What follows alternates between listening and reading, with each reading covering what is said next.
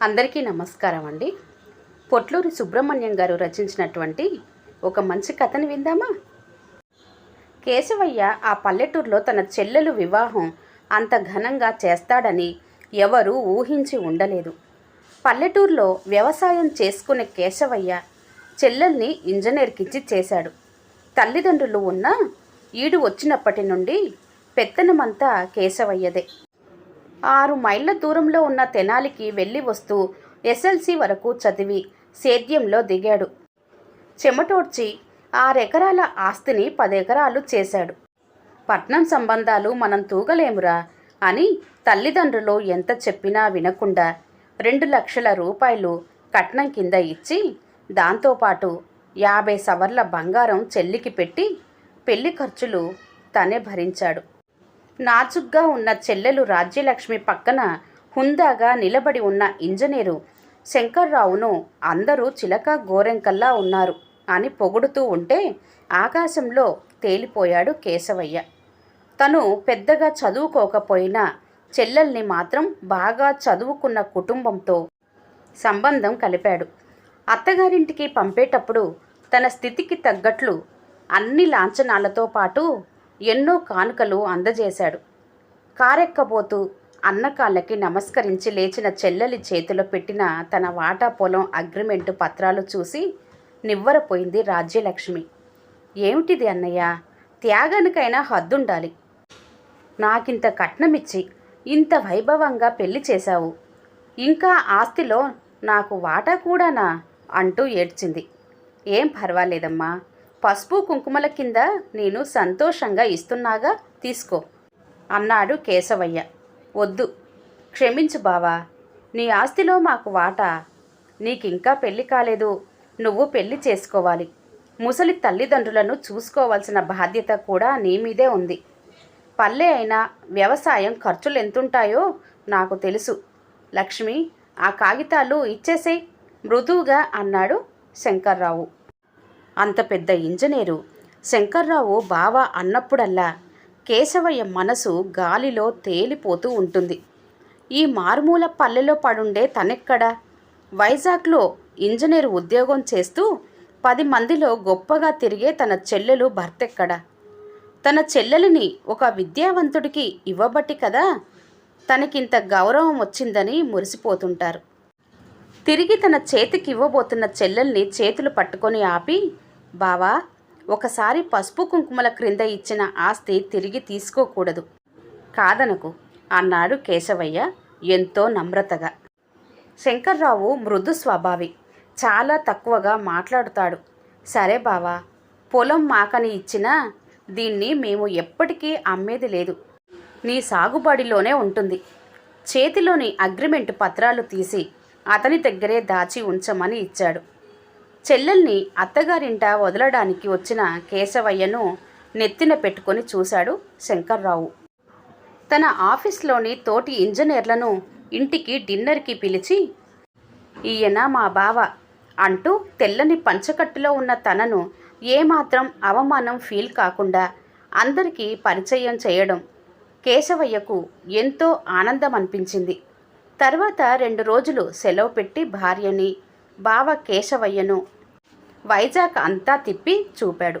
ఒకరోజు కైలాసగిరి కొండ, Ramakrishna beach, Andhra university, zoo park, మరో రోజు వేకువనే కారులో తీసుకెళ్ళి అరకులోయ, సింహాచలం తిప్పి తీసుకువచ్చాడు.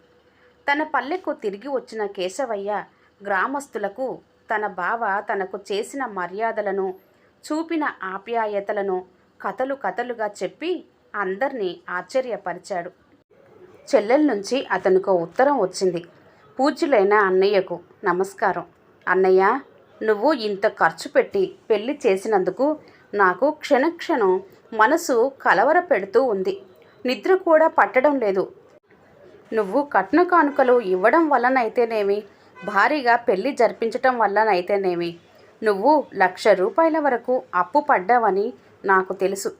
వ్యవసాయం మీద వచ్చే కొద్ది ఆదాయంతో వడ్డీలతో కలిపి అప్పు ఎలా తీర్చగలవు? గంతకు తగ్గ బొంతనిచ్చి పెళ్లి చెయ్యమంటే పంతాలకు పోయి నా చెల్లెలు గొప్పగా ఉండాలని ఇంజనీర్కిచ్చి చేశావు. ఆయన మంచివాడే, నాకిక్కడ సుఖమే. నీ కష్టాలు తలుచుకుంటేనే మనసు కలత చెందుతూ ఉంది. నీ రుణం ఎలా తీర్చుకోను? నా శరీరం ఇక్కడున్న మనసంతా మన కుటుంబం గురించి ఆలోచిస్తూ ఉంది. నాకిచ్చిన వాటా తిరిగి తీసుకో అన్నయ్య. అది అమ్మైనా అప్పు తీర్చు. ఇట్లు నీ చెల్లెలు రాజ్యలక్ష్మి. చెల్లెలు అభిమానానికి నవ్వుకున్నాడు కేశవయ్య. ఇంజనీర్కిచ్చిన 2 లక్షల కట్నం నిజానికి చాలా తక్కువని, చెల్లెలు అందానికి మురిసే చేసుకున్నాడని, 1,00,000 అప్పు తనకొక పెద్ద లెక్క కాదని, అవసరమైతే ఇంకొంత పొలం కౌలుకు తీసుకుని 2 ఏళ్లలో తీర్చేస్తానని, దిగులేమీ పెట్టుకోవద్దని, సంతోషంగా ఉండమని ఊరడిస్తూ ఉత్తరం రాశాడు. రోజులు గడుస్తున్నాయి. చెల్లెలు నీ రుణం తీర్చుకోలేను అన్నయ్య అంటూ వారం వారం ఉత్తరాలు వ్రాస్తూనే ఉంది. కేశవయ్య చెల్లెల్ని ఊరడిస్తూ ప్రతి ఉత్తరానికి జవాబులు వ్రాస్తున్నాడు. ప్రతి పండుగకు ముందు రోజు తను వెళ్ళి వాళ్ళని పండుగకు రమ్మని ఆహ్వానించేవాడు. వాళ్ళు కొన్ని పండుగలకు వచ్చేవారు. మరికొన్ని పండుగలకు బావకు సెలవు దొరకక రాలేకపోయామని ఉత్తరాలు వ్రాసేది చెల్లెలు. ఏది ఏమైనా ఉగాది పండుగకు మాత్రం తనే దగ్గరుండి వాళ్లను తీసుకువచ్చేవాడు. ఆ రోజుకి కోతలు అయిపోయి ధాన్యం అమ్మిన డబ్బు చేతిలో ఉండేది. ఆమె వద్దని మొత్తుకున్నా వినకుండా ఆమె భాగం పొలం మీద వచ్చే ఆదాయాన్ని పువ్వుల్లో పెట్టి ఇచ్చేవాడు.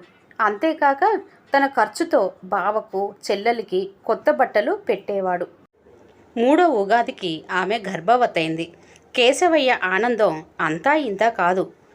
ఆమెను 5వ నెల నుంచే ఇంట్లో పెట్టుకొని సీమంతం చేసి అన్ని సంబరాలు జరిపాడు. అన్నయ్య, నేను ప్రసవించి బిడ్డనెత్తుకొని వెళ్లేలోగా నీ పెళ్లి చేసి మరీ వెళ్తాను అని ప్రతిజ్ఞ చేసింది రాజ్యలక్ష్మి. అనటమే కాదు, చుట్టుప్రక్కల సంబంధాలు కూడా వాకాబు చేయసాగింది. తల్లిదండ్రుల్ని పురమాయించింది. కేశవయ్యకు కూడా తను అభ్యంతరం చెప్పటానికి ఏ కారణము కనిపించలేదు. అప్పటికి చేసిన అప్పు కూడా తీరిపోయింది. రాజ్యలక్ష్మి మగపిల్లవాన్ని ప్రసవించింది. మేనల్లుడు పుట్టేసరికి కేశవయ్య ఆనందం అంతా ఇంత కాదు. ఊరి నుంచి వచ్చిన బావను ఆనందంతో ఊపేశాడు. బిడ్డకు 3వ నెల వచ్చేసరికి కేశవయ్యకు సంబంధం కుదిరింది. ప్రక్కపల్లెకు రాజ్యలక్ష్మి భర్తతో వెళ్ళి చూసి వచ్చింది. అన్నయ్యను వెళ్ళి చూసి రమ్మంది. నువ్వు చూసి వచ్చిన తర్వాత నాదేముందమ్మా అన్నాడు కేశవయ్య. చెల్లెలు ఒప్పుకోలేదు. కేశవయ్య తర్వాత తల్లిదండ్రులతో నామమాత్రంగా వెళ్ళి చూశాడు. బిడ్డకు 5వ నెలలో అన్నయ్యకు పెళ్లి చేసి అచ్చట్లు ముచ్చట్లు తీరిందాకా ఉండి బిడ్డతో వైజాగ్కు వెళ్ళిపోయింది రాజ్యలక్ష్మి. కేశవయ్య భార్యకు ఆమె తల్లిదండ్రులు పసుపు కుంకుమల క్రింద 2 ఎకరాలు పొలం ఇచ్చారు. కేశవయ్య దాన్ని అమ్మి భార్య పేరు మీద తనూర్లోనే 2 ఎకరాల పొలం కొన్నాడు. సరిగ్గా పెళ్ళైన 2.5 ఏళ్లకు కేశవయ్యకు ఆడపిల్ల పుట్టింది. వార్త అందుకొని హడావుడిగా వచ్చింది రాజ్యలక్ష్మి. అన్నయ్య వెంట వదిన ఊరికి వెళ్ళి ఉయ్యాల్లోని బిడ్డను చూసి మురిసిపోయింది. అన్నయ్య, నీ రుణం ఎలా తీర్చుకోవాలో ఇంతకాలం అర్థం కాక తల బాదుకున్నాను. ఇప్పుడిక ఆ బాధ లేదు. నీ కూతుర్ని కాని కట్నం లేకుండా నా కొడుకిచ్చి పెళ్లి చేసుకుంటాను.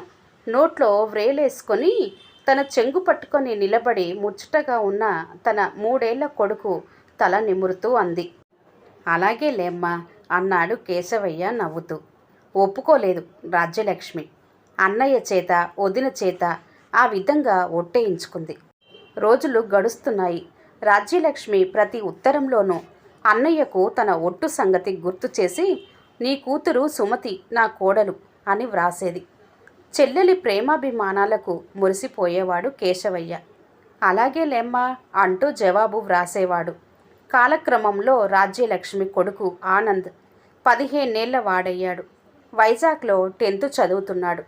కేశవయ్య కుమార్తె సుమతి తన ఊర్లోనే ఉన్న అప్పర్ ప్రైమరీ స్కూల్లో 7వ తరగతి చదువుతుంది. చిన్నతనం నుంచి ఆనంద్ సుమతిల మధ్య గాఢమైన అనుబంధం ఉంది, ఆప్యాయతలున్నాయి. వేసవి సెలవుల్లో సుమతి 20 రోజులు వైజాగ్లో బావ ఆనంద్ దగ్గరే గడిపితే మరో 20 రోజులు ఆనంద్ సుమతితో పాటు ఇక్కడ పల్లెటూరికి వచ్చి తోటలు దొడ్లు తిరుగుతూ సంతోషంగా గడిపేవాడు. కేశవయ్య సెలవులు మొదలు కాగానే సుమతిని వైజాగ్లో వదిలి వచ్చేవాడు. ఓ 20 రోజులు అయిన తర్వాత రాజ్యలక్ష్మి కొడుకుని సుమతిని పల్లెకు తీసుకువెళ్ళి వదిలి 2 రోజులుండి తను ఒంటరిగా వైజాగ్ వెళ్ళేది. సెలవులు అయిన తర్వాత కేశవయ్య మేనల్లుణ్ణి తీసుకువెళ్ళి వైజాగ్లో వదిలి వచ్చేవాడు. మేనత్త చిన్నతనం నుంచి తను వైజాగ్ వెళ్ళినప్పుడల్లా ఒళ్ళో పడుకోబెట్టుకొని చెప్పే మాటలు విని విని తను ఆనంద్ భార్యననే గాఢమైన అభిప్రాయం ఏర్పడింది సుమతికి. అలాగే తల్లి తనను పల్లెలో వదిలి వెళ్ళినప్పుడల్లా, నాయనా ఆనంద్, సుమతి నీ కాబోయే భార్యరా, ఆ పిల్ల మనసు ఏమాత్రం కష్టపెట్టకు అని చెప్పి చెప్పి ఆనంద్ మనసులో కూడా సుమతి అంటే విపరీతమైన ఇష్టం ఏర్పడిపోయింది. అందుకే ఆమెకు ఇష్టమైన పనులు చేసి ఆమెను సంతోషపెట్టేవాడు. ఈ మధ్యకాలంలో కేశవయ్య కాయ కష్టం చేసి మరో 10 ఎకరాలు సంపాదించాడు. ఆనంద్ 10th డిస్టింక్షన్లో పాస్ అయ్యి ఇంటర్లో చేరాడు. సుమతి కూడా 7th క్లాసు ఫస్ట్ క్లాసులో పాస్ అయ్యి తెనాలిలో 8వ క్లాసులో చేరి రోజు బస్సులో వెళ్ళి వచ్చేది. 1 నెల తర్వాత ఉన్నట్లుండి రాజ్యలక్ష్మి ఒక్కతే వచ్చింది అన్నయ్య దగ్గరకు. ఇంత సడన్గా వచ్చిందంటే ఏదో విశేషం ఉంటుందనుకున్న కేశవయ్య ఆమెను ఆప్యాయంగా పలకరించి కుశల ప్రశ్నలు అడిగి యథారీతి మర్యాదలు చేశాడు. ఓ రోజు రాత్రి వదిన వడ్డిస్తుండగా తల్లిదండ్రులతో అన్నయ్యతో కలిసి భోంచేస్తూ అసలు విషయం చెప్పింది రాజ్యలక్ష్మి. అన్నయ్య, మీ బావగారు కొంతమంది ఇంజనీరు మిత్రులు ఉద్యోగాలకు రిజైన్ చేసి అందరూ కలిసి సిండికేట్గా ఏర్పడి ఫ్లాట్లు కొని భవనాలు కట్టించే వ్యాపారం చేయాలనుకుంటున్నారు. పెట్టుబడికి సంవత్సరంలో 4 లాభాలుంటాయి. అవన్నీ నాకేం తెలుసమ్మా, బావ తెలివితేటల మీద నాకు నమ్మకం ఉంది. అలాగే చేయమ్మను. మేమెప్పుడు మీ సుఖం కోరేవాళ్ళమే కదా. నాకు ఆ సంగతి తెలియదా అన్నయ్య? ఎంత సంపాదించినా ఆనంద్ సుమతిల సుఖం కోసమే కదా ఈ పాటలన్నీ. కాకపోతే పెట్టుబడి సంగతే. నా పొలం అమ్మి అలాగే అమ్ముదామమ్మా. నీ 3 ఎకరాల మీద 3 లక్షలు వస్తుంది. ఇంకేదైనా అవసరమైతే మరో 50,000 నేను సర్దుతాను, సరేనా అన్నాడు కేశవయ్య. చిన్నగా దగ్గి మెల్లిగా చెప్పింది రాజ్యలక్ష్మి. అది చాలదన్నయ్యా. నా పొలం అమ్మితే వచ్చే డబ్బు పోను మరో 7 లక్షలు నేనుంచి కావాలి. ఈ 10 లక్షలు మేము ఇప్పటి వరకు పొదుపు చేసిన 5 లక్షలు అంతా కలిపి మా వాటా క్రింద 15 లక్షలు వేసుకోవాలి. మిగతా 5-6 ఇంజనీర్లు తలా 15 లక్షలు డబ్బు చేతపట్టుకొని రెడీగా ఉన్నారు. మీ బావ సంగతే నసిగింది రాజ్యలక్ష్మి. కేశవయ్య ఏదో చెప్పబోయేలోగా ఎప్పుడూ మాట్లాడని ముసలి తండ్రి అందుకున్నాడు. ఎందుకమ్మా వాణ్ణి అలా బాధ పెడతావు? కాయ కష్టం చేసి వాడు అంతో ఇంతో సంపాదించుకున్నాడు. అది కూడా కాజేస్తావా? మీ వ్యాపారం ఏం లాభాలు తెస్తాయో ఏమో కానీ వాడు ఆడపిల్ల తండ్రి. రేపొద్దున నీ మనసు మారి కాదన్నా వాడు ఏదో ఒక మంచి సంబంధం తెచ్చుకోవాలిగా. వాణ్ణి వదులు. నీ ఆస్తి వరకు నువ్వు అమ్ముకొని ఎత్తుకుపో. వాణ్ణి జీవితాంతం కష్టపెట్టకు. ఉన్నట్లుండి రాజ్యలక్ష్మి కళ్ళల్లోంచి కన్నీరు జలజల రాలాయి. నాన్న ఏమంటున్నాడో చూసావా అన్నయ్య? సుమతిని మేము చేసుకోమని ఎంత మాట అన్నాడు. మీరు డబ్బు ఇచ్చినా ఇవ్వకపోయినా అది తప్పకుండా నా ఇంటికి కోడలుగా వస్తుంది. డబ్బు లేకపోతే ఆయన వ్యాపారం మానుకొని గొర్రెతోక బెత్తడు లాంటి ఉద్యోగమే చేసుకుంటాడు. అంతేకాని సుమతిని నా కోడలు కాకుండా ఎవ్వరూ ఆపలేరు అంది వెక్కి వెక్కి ఏడుస్తూ. కేశవయ్య రాజ్యలక్ష్మి కేసి చూసి ఓదార్పుగా అన్నాడు. బాధపడకమ్మా, నువ్వు అడిగిన 10 లక్షలు నేనిస్తాను. నీ పొలం 3 ఎకరాలతో పాటు నా పొలం మరో 7 ఎకరాలు కూడా అమ్మి 10 లక్షలు ఇస్తాను. నెల తర్వాత బావా నువ్వు రండి, అప్పటికి డబ్బు రెడీ చేసి పెడతాను. రాజ్యలక్ష్మి ఆనందం అంతా ఇంత కాదు.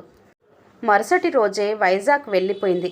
ముసలి తల్లిదండ్రి అంత మంచి పొలాన్ని అమ్మకురా అని నెత్తి నోరు కొట్టుకున్నా వినలేదు కేశవయ్య. 10 ఎకరాల పొలాన్ని 10 లక్షలకు అమ్మి నెల తర్వాత వచ్చిన చెల్లెల్ని బావను ఆదరించి వారి దోసిట్లో ఆ డబ్బు పెట్టాడు.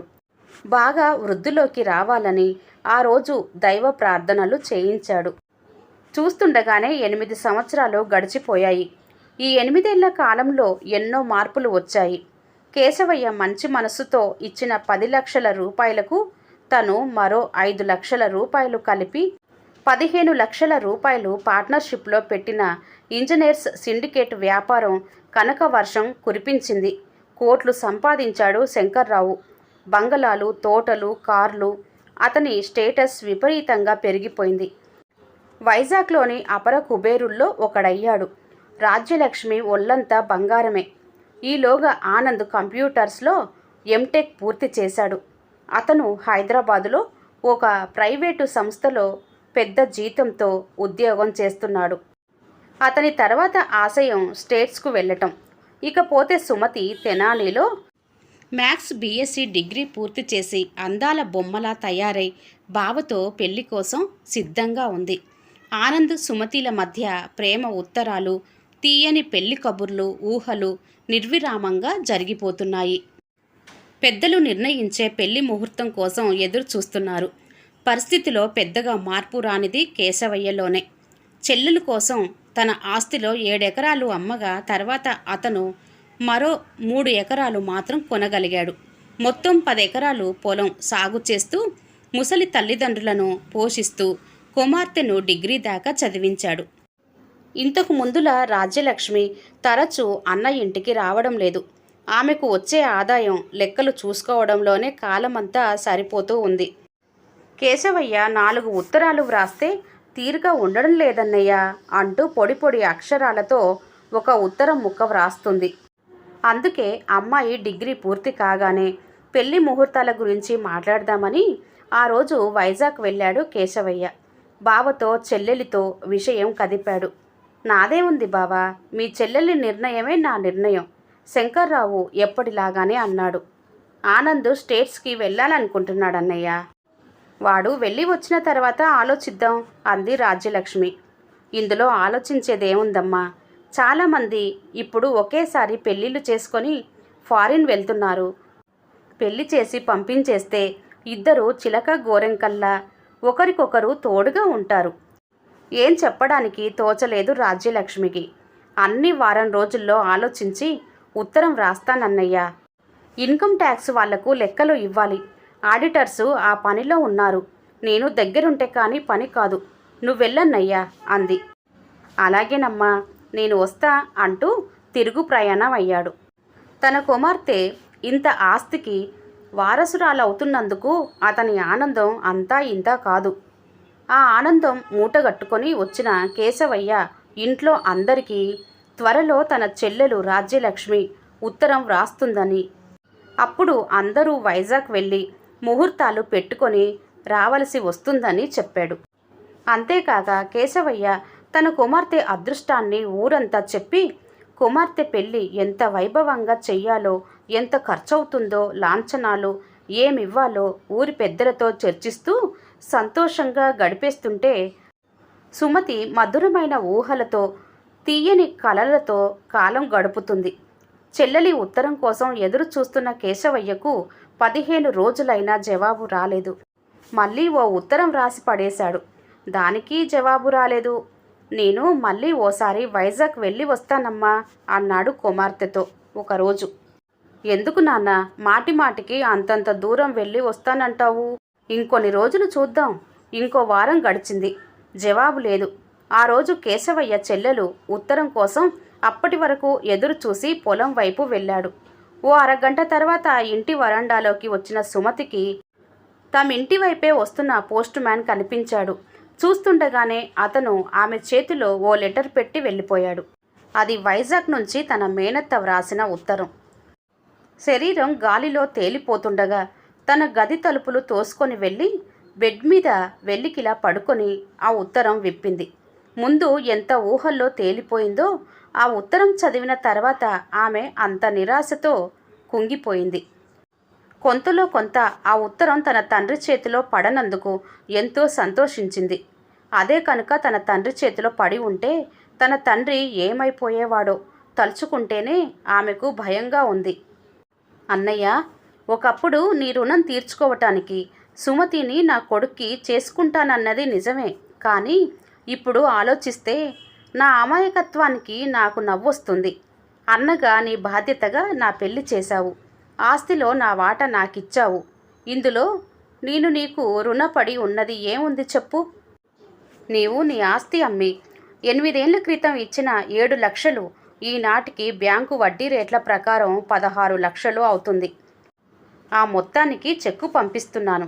ఇక నీకు నేను ఏమీ బాకీ లేను. ఆ డబ్బుతో సుమతికి ఏ ఇంజనీరో డాక్టరో వరుడిగా దొరుకుతాడు. నేనే అలాంటి వాణ్ణి వెతికి నా చేతులతో దగ్గరుండి పెళ్లి జరిపిస్తాను. అన్నయ్య, ఇప్పుడు మా ఆస్తి 100 కోట్లు. ఆనంద్కి ₹1,00,00,000 కట్నం ఇస్తామంటూ కోటీశ్వరులు మా ఇంటి ముందు క్యూ కడుతున్నారు. నీ కూతుర్ని చేసుకుంటే వైజాగ్లోని అతి కొద్ది మంది కోటీశ్వరులలో ఒకరైన మేము నలుగురికి నిన్ను ఏమని పరిచయం చెయ్యాలి? పల్లెటూరులో 10 ఎకరాలు మట్టి పిసుక్కునే రైతు మా వియ్యంకుడనా? సంఘంలో మా పరువు ప్రతిష్టలు ఏంగాను? అన్నయ్య, ఇక ఆనంద్ని మరచిపోండి. వాడికి కోటీశ్వరుల బిడ్డతో పెళ్లి చేసి అమెరికాకు పంపిస్తాను. ఈ విషయం ఇక ప్రస్తావించవద్దని మనవి చేసుకుంటున్నాను. ఇట్లు నీ చెల్లెలు రాజ్యలక్ష్మి. ఉత్తరానికి తండ్రి పేరున 16 లక్షలకు చెక్కు పిన్ చేసి ఉంది. ఊహించని ఆ ఉత్తరానికి సుమతి హృదయం తల్లడిల్లిపోయింది. మనసు రెక్కలు తెగిన పక్షిలా గిలగిలా కొట్టుకుంది. చాలాసేపు ఆమె రోదిస్తూ ఉండిపోయింది. తర్వాత తెప్పరిల్లి కర్తవ్యం ఆలోచించసాగింది. ఆలోచనలు ఒక రూపానికి రాగానే కార్యక్రమానికి దిగింది. పెళ్ళైన నాటి నుండి తన మేనత్త తండ్రికి వ్రాసిన ఉత్తరాలన్నీ తేదీల వారీగా ఒక వరుసలో పెట్టి దారంతో కట్టింది. తర్వాత ఆనంద్ తనకు వ్రాసిన ప్రేమలేఖలు కూడా అలాగే కట్టింది. తర్వాత ఆనంద్కొక్క ఉత్తరం వ్రాసింది. ఆనంద్ బావకు, ఇదే నేను నీకు వ్రాసే ఆఖరి ఉత్తరం. కారణం, మీ అమ్మ వ్రాసిన ఉత్తరం ఈరోజే అంది. మీ అందరి అభిప్రాయాలు తెలిసాయి. మీ ఇంట్లో మీ అమ్మదే డామినేషన్. మీ నాన్న ఎంత మంచివాడైనా మీ అమ్మ ముందు తల ఊపాల్సిందే. ఆ తల్లి కొడుకువు కదా, నువ్వు అంతే. ఏమీ లేని వాళ్లకు అర్ధాంతరంగా ఆస్తులు వస్తే అహంకారంతో మిడిసిపడటం మామూలే. ఏ కొందరో జ్ఞానవంతులైన మంచివాళ్ళు తప్ప. అదే అహంకారంతో మీ అమ్మ రక్త సంబంధాలను, ప్రేమలు, ఆప్యాయతలు, అనురాగాలను 16 లక్షల రూపాయల చెక్కుతో తుంచివేసింది. ఆమె మా నాన్నకు పెళ్ళైనప్పటి నుంచి కన్నీటితో వ్రాసిన ఉత్తరాలన్నీ చదువు. మా నాన్న ఆమె కోసం చేసిన త్యాగమేమిటో అర్థమవుతుంది. మీరు సంపాదించిన ఈ కోట్ల రూపాయలకు మూలం మేము మా ఆస్తిని అమ్మి ఇచ్చిన 7 లక్షల రూపాయలే. ఏ బ్యాంకు ఇన్ని లక్షలు ఏ హామీ లేకుండా, ఏ రాత కోతలు లేకుండా ఇవ్వదు. అది నీకు తెలుసు. సంస్కారం లేని మీ అమ్మ ఒకప్పటి తన పల్లెటూరి భాషలో చెప్పినట్లు మా నాన్న మట్టి పిసుక్కునే రైతే. కానీ నగరాల్లో మీరు స్టార్ హోటల్లో, ఏసీ రూముల్లో, రకరకాల రూపాల్లో తినే ఆహార పదార్థాలు ఆ రైతు పొలాల్లో పండించినవే అన్నది మాత్రం మరవద్దు. మీ అమ్మ చెప్పినట్లు నేను అన్ని అనుబంధాలు తెంచుకొని మరొకరిని పెళ్లి చేసుకోను. తెల్ల చీర, జాకెట్టు ధరించి ఈ వైవాహిక సుఖాలకు దూరంగా ఏ దైవ సన్నిధిలోనో సన్యాసినిలా నా జీవితాన్ని గడుపుతాను. అందుకే మనకి సంబంధించిన ఏ గుర్తు ఉండకూడదని నీవు వ్రాసిన ప్రేమ లేఖలన్నీ నీకే తిరిగి పంపుతున్నాను. వాటిని నీ చేత్తోనే కాల్చేయి. మా తల్లిదండ్రులకు ఎలాంటి ఉత్తరాలు వ్రాసి వాళ్ళని బాధించకు. ప్రస్తుతానికి నీకు ఏమీ కాని ఒకప్పటి నీ మరదలు సుమతి. ఆ ఉత్తరానికి తన మేనత్త పంపిన లెటరు చెక్కుతో సహా పిన్ చేసింది. తర్వాత ఆమె తన తండ్రికి పెళ్ళైన నాటి నుండి వ్రాసిన ఉత్తరాల కట్టను, తనకు ఆనంద్ వ్రాసిన ప్రేమ లేఖల కట్టను ఒకదాని మీద ఒకటి పేర్చి దానిమీద తన ఉత్తరాన్ని పెట్టి దారంతో ఒకటిగా కట్టింది. తర్వాత దాన్ని బ్రౌన్ పేపర్తో నీట్గా ప్యాక్ చేసింది. ఇంట్లో ఉన్న కద్దరు బట్టను నలుచెదరంగా కత్తిరించి దానిమీద ఈ ప్యాకెట్ నుంచి అన్ని వైపులా బట్టను మడచి సూదితో టైట్గా కుట్టి పార్సిల్ చేసింది. దాని మీద హైదరాబాదులో ఉన్న బావ అడ్రస్ వ్రాసి పక్కింటి కుర్రాన్ని పిలిచింది. ఒరే, దీన్ని అర్జెంటుగా తీసుకెళ్ళి రిజిస్టర్ పార్సిల్ చేసిరా అంటూ ఆ పార్సిల్ అందించింది. 10th క్లాస్ చదువుతున్నవాడు దాని మీద ఆనంద్ అడ్రస్ చూసి, అక్క, ఇది బావకు చిరుకానుక అన్నాడు కొంటెగా. నువ్వు నోరు మూసుకొని వెళ్ళిరా. ఇది బావకు చిరుకానుక కాదు, చివరి కానుక అంది కోపంగా. వాడు సైకిల్ వెనకాల దాన్ని పెట్టుకొని తుర్రుమన్నాడు.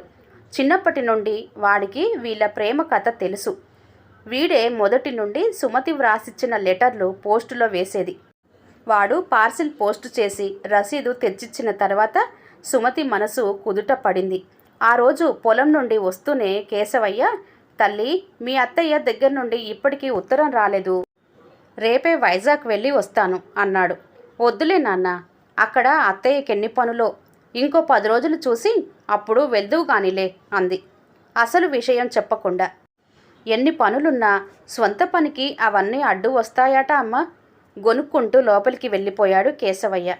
పాపం పిచ్చి నాన్న, చెల్లెలంటే ఎంత అభిమానం. చెల్లెలు మనసులోని విషయం తెలుసుకొని ఉంటే నిజంగానే పిచ్చివాడైపోయి ఉండేవాడు అనుకుంది. ఆ రాత్రంతా నిద్ర పట్టక పొర్లుతూనే ఉంది సుమతి.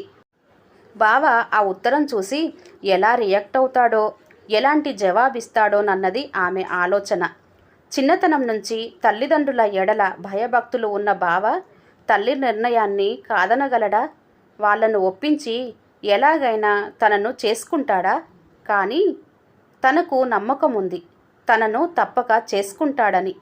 కోట్లకు ఏకైక వారసుడైన బావకు తన మీద గాఢమైన ప్రేమ ఉంది. ఎలాగైనా బ్రతిమాలో బామాలో తన తల్లిదండ్రులను ఒప్పించగలడు. కానీ అంతలోనే ఆమెకు అపనమ్మకం. అత్తయ్య పట్టుదల గల మనిషి. చచ్చిపోతానని బెదిరిస్తే బావ మాత్రం ఆమె మాట వినకుండా ఉంటాడా? ఆమె చెప్పిన సంబంధం చేసుకోకుండా ఉంటాడా? ఇంతకు బలయ్యేది తను, తన తండ్రి మాత్రమే. రోజులు గడుస్తున్నాయి. వారమైన బావ దగ్గర నుంచి ఎలాంటి రిప్లై రాలేదు. ఇక అన్ని ఆశలు వదులుకొంది సుమతి. ఇక రిప్లై రాదని నిర్ణయించుకున్న సుమతి గుండెను బండరాయి చేసుకుంది. సరిగ్గా 10వ రోజు తన పేరు మీద ఒక రిజిస్టర్ లెటరు, తన తండ్రి పేరు మీద ఒక రిజిస్టర్ పార్సెల్ తెచ్చాడు పోస్టుమ్యాన్. 2 ఆనంద్ బావ దగ్గర నుంచి వచ్చినవే. ఆశ్చర్యపోయింది సుమతి. తన పేరు మీద వచ్చిన విశాలమైన ఒక పెద్ద ట్రే అంత వెడల్పున్న కవరును సంతకం పెట్టి తీసుకుంది సుమతి. పార్సెలు తండ్రి పేరు మీద వచ్చింది. ఆ పార్సిల్ చూసి గతుక్కుమంది సుమతి. తను పార్సిల్ చేసి పంపిన అత్తయ్య లేఖలు, తనకు బావ వ్రాసిన ప్రేమ లేఖలు అవి. తను వాటిని క్లాత్ కవర్లో పార్సిల్ చేసి పంపితే ఇప్పుడు వాటిని బావ తన స్టేటస్కు తగ్గట్లు ఖరీదైన ప్లాస్టిక్ పేపర్లో నైస్గా ప్యాక్ చేసి పంపాడు. ఏమైతేనేం, సైజు అదే, లోపల మెటీరియల్ అదే. మారింది ప్యాకింగ్ మాత్రమే. అది కూడా నువ్వే తీసుకోమ్మా, బావ నీకేదో బహుమతి పంపుంటాడు అన్నాడు వాకిట్లోంచి వచ్చి విషయం తెలుసుకున్న తండ్రి. పర్వాలేదు, నీ పేరు మీద వచ్చిందిగా, నీకే పంపాడు బహుమతి, నువ్వే తీసుకో అంటూ కోపంగా లోపలికి వచ్చేసింది సుమతి. నాన్న ఆ ఉత్తరాలు చూస్తే చూడని, అప్పుడు అసలు విషయం చెప్పి తనకి జన్మకు పెళ్ళి వద్దని తన నిర్ణయం కూడా చెప్పేస్తాను అనుకుంటూ బెడ్ మీద పడుకొని ఇష్టం లేకపోయినా కవరు చింపింది. అందులో బావ తనకు వ్రాసిన చిన్న లెటరు. దానికి కుట్టిన మా పెళ్ళికి రండి అన్న పెద్ద పెద్ద అక్షరాలతో పంచరంగుల్లో ఉన్న విశాలమైన వెడ్డింగ్ కార్డు. ఆమెకు గుండె ఆగినట్లయింది. కళ్ళలోంచి కన్నీళ్లు వెల్లువల క్రిందికి దూకాయి. అయితే తను అనుకున్నంత అయిందన్నమాట. అమ్మ మాట విని ఆమె కుదిర్చిన సంబంధానికి ఒప్పుకున్నాడన్నమాట. ఆలస్యం అయితే తాము ఏ గొడవలు తెస్తామోనని తల్లిదండ్రులతో సంప్రదించి ఒకేసారి పెళ్లి కుదుర్చుకొని తనకు వెడ్డింగ్ కార్డు పంపాడన్నమాట. కన్నీటితో మసకలు కమ్మిన కళ్ళతో వెడ్డింగ్ కార్డును కళ్ళెత్తి కూడా చూడకుండా దాన్ని ప్రక్కన ఉంచి ఉత్తరం చదవసాగింది. డియర్ సుమతి, ఏమిటోయ్ నీ ఉత్తరం? ఇందులో తీపి ముద్దులు లేవు, వేడి నిట్టూర్పులు లేవు, ఈటల లాంటి మాటలు తప్ప. పర్వాలేదు, ఇవన్నీ నీ గాఢమైన ప్రేమకు మచ్చు తునకలు. అప్పుడే అత్తాకోడళ్ళ మధ్య కోల్డ్ వారా? మీ నాన్న మా కుటుంబానికి చేసిన సహాయాలను గుర్తు చేశావు, అయినా నాకు తెలియదా? అర్థం చేసుకోలేని మూర్ఖున్నా నేను? అత్త మీద కోపం దుత్త మీద చూపినట్లు మా అమ్మ మీద కోపం నా మీద చూపించి నా ప్రేమ లేఖలు తగలబెట్టమని పంపిస్తావా? నువ్వు పంపిన పార్సిల్ను నీ ప్రేమ కానుకగా నా బీరువాలో దాచాను. నువ్వన్నట్లు మా అమ్మకున్న అహం పట్టుదల నాకు వచ్చాయోయ్. అందుకే నీ సీరియస్ నిర్ణయం విన్న తర్వాత నువ్వెక్కడ సన్యాసి అయిపోతావోనన్న భయంతో ఇక్కడ పురోహితుల్ని సంప్రదించి మనిద్దరికీ పెళ్లి ముహూర్తాలు పెట్టించేశాను. మన పెళ్ళికి మనమే పెద్దలం, మనమే నిర్ణేతలం. తల్లిదండ్రులు, మిగతా బంధువర్గమంతా ఆహ్వానితులు మాత్రమే. ఆస్తులు అంతాస్తులతో సంబంధం లేకుండా నువ్వే నాకు కావాలి. పెళ్లి కార్డులు కొట్టించి అటు వైజాగ్లోని మా బంధుమిత్రులకు, ఇటు మీ ఊళ్ళోని బంధుమిత్రులకు పోస్టు చేశాను. అంతేకాక మా తల్లికి మీ తండ్రికి చెరో 500 వెడ్డింగ్ కార్డులు రిజిస్టర్ పార్సల్ చేసి పంపాను. ఇంకెవరికైనా తెలిసిన వాళ్లకు పంచుకుంటారని. ఇవి అందరికీ ఒకే రోజు చేరుతాయి. ఈ లెటర్కు కుట్టిన మన పెళ్లి పత్రిక చూడు. పెళ్ళి శనివారం రాత్రి 10 గంటలకు తిరుమల హిల్స్ పైన. ఇక 4 రోజులే ఉంది. ఒకరోజు ముందుగా నా స్నేహితులు వెళ్ళి అక్కడ అన్ని ఏర్పాట్లు చేస్తారు. శనివారం ఉదయం 6 గంటలకు మీ ఇంటి ముందు నా కారు హారను వినబడుతుంది. కట్టుబట్టలతో వచ్చి కారెక్కు. మన పెళ్ళికి అంగీకరించిన వాళ్ళే వస్తారు. నువ్వు ఎప్పటికీ నాదానివే. మన ఇద్దరం కాదు, ఒక్కరమే. ఏనాటికి నీవాడు ఆనంద్. ఆ ఉత్తరం చదివిన సుమతి ఏదో ఆనందంతో పొంగిపోయింది.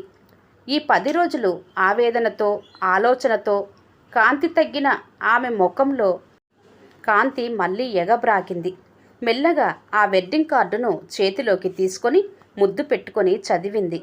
మా పెళ్ళికి రండి అని పెద్ద పెద్ద అక్షరాలతో హెడ్డింగ్ ఉన్న పచ్చ రంగుల్లో ముద్రింపబడిన వెడ్డింగ్ కార్డు అది. దాని క్రింద తిరుమలలో పెళ్లి జరిగే సమయం, కళ్యాణ వేదిక ఉన్న స్థలం వ్రాసి ఉంది. దానికి అడుగున ఇట్లు ఆనంద్, సుమతి, పెళ్లి కుమార్తె మరియు పెళ్లి కుమారుడు ఆహ్వానితులు అని ఉంది. భావధైర్యానికి, సెన్స్ ఆఫ్ హ్యూమర్కు మనసులోనే అభినందనలు తెలిపింది సుమతి. కిటికీలోంచి చూసిన ఆమెకు పెద్ద సైజు పెళ్లి కార్డున్న కవర్లు పట్టుకొని వస్తున్న ఆ ఊరి వాళ్ళు చాలామంది కనిపించారు. కథ సమాప్తం అండి. కథ కనుక నచ్చినట్లయితే లైక్ చేయండి, షేర్ చేయండి. అలాగే మరిన్ని మంచి కథల కోసం ఛానల్ని సబ్స్క్రైబ్ చేసుకోండి. మరొక మంచి కథతో మళ్ళీ కలుద్దాం. అంతవరకు సెలవు. నమస్తే.